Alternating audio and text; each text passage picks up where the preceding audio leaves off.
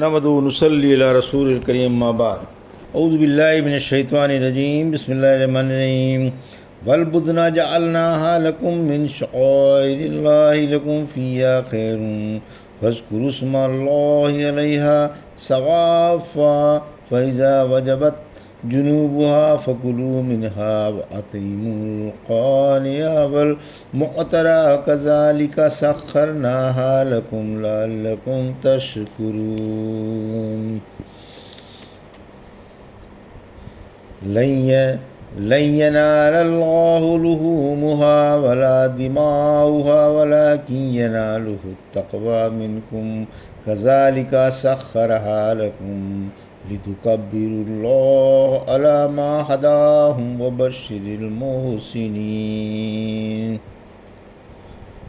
ابھی آپ نے سورہ حج کی آیت 36 اور 37 کی تلاوت سماعت فرمائی۔ ان آیتوں کا ترجمہ اور تفسیر اس طرح ہے: والبدن جعلناها لكم من شعائر الله لكم فيها خير فاذكروا اسم الله عليها صوافا فإذا وجبت جنوبها فكلوا منها وأطعموا القانع والمعتر كذلك سخرناها لكم لعلكم تشکرون۔ آیت 36 ترجمہ: اور ہم نے قربانی کے اونٹوں کو تمہارے لیے اللہ کے نشانات مقرر کر دیے ہیں، ان میں تمہارے لیے بھلائی ہے، پھر انہیں کھڑا کر کے اللہ کا نام لے کر نحر کرو، پھر جب ان کی کروٹیں زمین سے لگ جائیں تو ان میں سے کھاؤ، اور نہ مانگنے والے اور مانگنے والے دونوں کو کھلاؤ۔ اسی طرح ہم نے انہیں تمہارے تابع دار بنا رکھا ہے تاکہ تم شکر ادا کرو۔ یہ تھا ترجمہ سورہ حج کی آیت 36 کا تفسیر۔ اللہ نے اپنی مہربانی سے چوپائے جانور بنائے اور قربانی والے جانوروں کو اپنے نشانات مقرر فرمائے۔ یہ قربانی کے اونٹ بطور نیاز کے بیت اللہ جاتے ہیں، بلکہ ان کی قربانی بھی افضل ہے، جیسا کہ اللہ نے فرمایا سورہ مائدہ کی آیت 2 میں: اے ایمان والو، اللہ کے نام کی چیزیں حلال نہ سمجھو، نہ حرمت والے مہینوں کو، نہ قربانی کے جانوروں کو جو مکہ جا رہے ہوں، اور نہ ان کے ہاروں کو، اور نہ عزت والے گھر کی طرف آنے والوں کو۔ قربانی کی فضیلت پھر فرمایا کہ قربانی کے جانوروں میں تمہارے لیے بھلائی ہے، یعنی آخرت میں قربانیوں کا بہت بڑا صلہ ملے گا۔ رحمت عالم صلی اللہ علیہ وسلم نے فرمایا: بقرعید کے دن اللہ کے نزدیک خون بہانے سے زیادہ پیارا کوئی عمل نہیں۔ قربانی کا جانور قیامت کے دن اپنے کھروں، سینگوں اور بالوں سمیت پیش ہوگا۔ قربانی کا خون زمین پر گرنے سے پہلے ہی درجہ قبولیت پا لیتا ہے، اس لیے خوشی خوشی قربانیاں کرو۔ جابر بن عبداللہ رضی اللہ عنہ فرماتے ہیں: میں نے رسول اللہ صلی اللہ علیہ وسلم کے ساتھ بقرعید کی نماز پڑھی، فارغ ہونے کے بعد آپ کے پاس ایک مینڈھا لایا گیا، آپ نے اسے ذبح کرتے وقت بسم اللہ واللہ اکبر، اللہم ھذا عنی وعمن لہم یذبح من امتی، یعنی بسم اللہ واللہ اکبر، اللہ یہ میری طرف سے ہے اور ان امتیوں کی طرف سے بھی جو قربانی نہ کر سکتے ہوں۔ قربانی سے قبل دعائے مسنون۔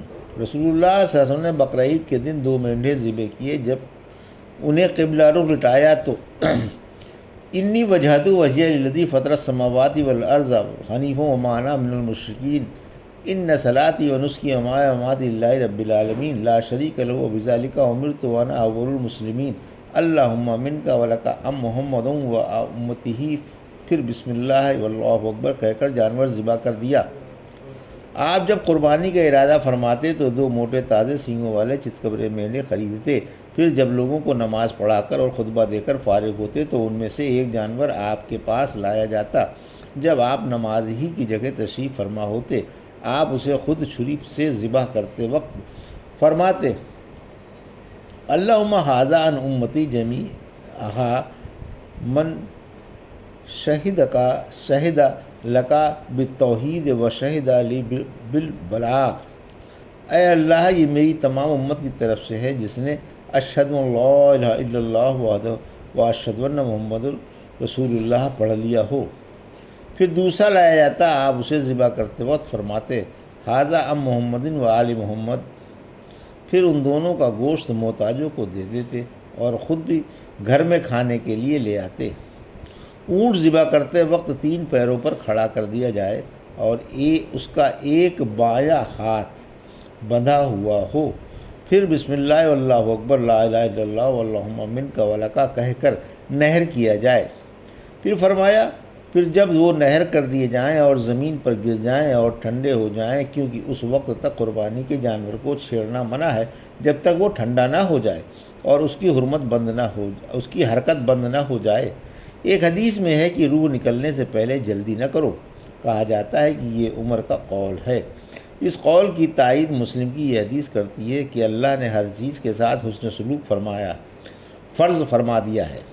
جب تم قتل کرو تو اس طرح قتل کرو کہ تکلیف کم سے کم پہنچے، اور جانور ذبح کرو تو بھی اسی طرح ذبح کرو، چھری تیز کر کے پھر پھرتی سے ذبح کر دو اور جانور کو راحت پہنچاؤ۔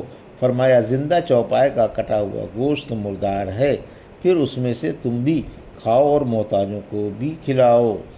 یہ امرا باہتا ہے، یعنی قربانی کا گوشت کھانا اور کھلانا مستحب ہے۔ قانے و معتر کی تفسیر۔ قانے وہ شخص ہے جو اپنے گھر میں ہے اور اسے تمہارے گوشت کی پرواہ نہیں، اور معتر وہ ہے جو تمہارے پاس گوشت کے لیے آ جاتا ہے مگر سوال نہیں کرتا۔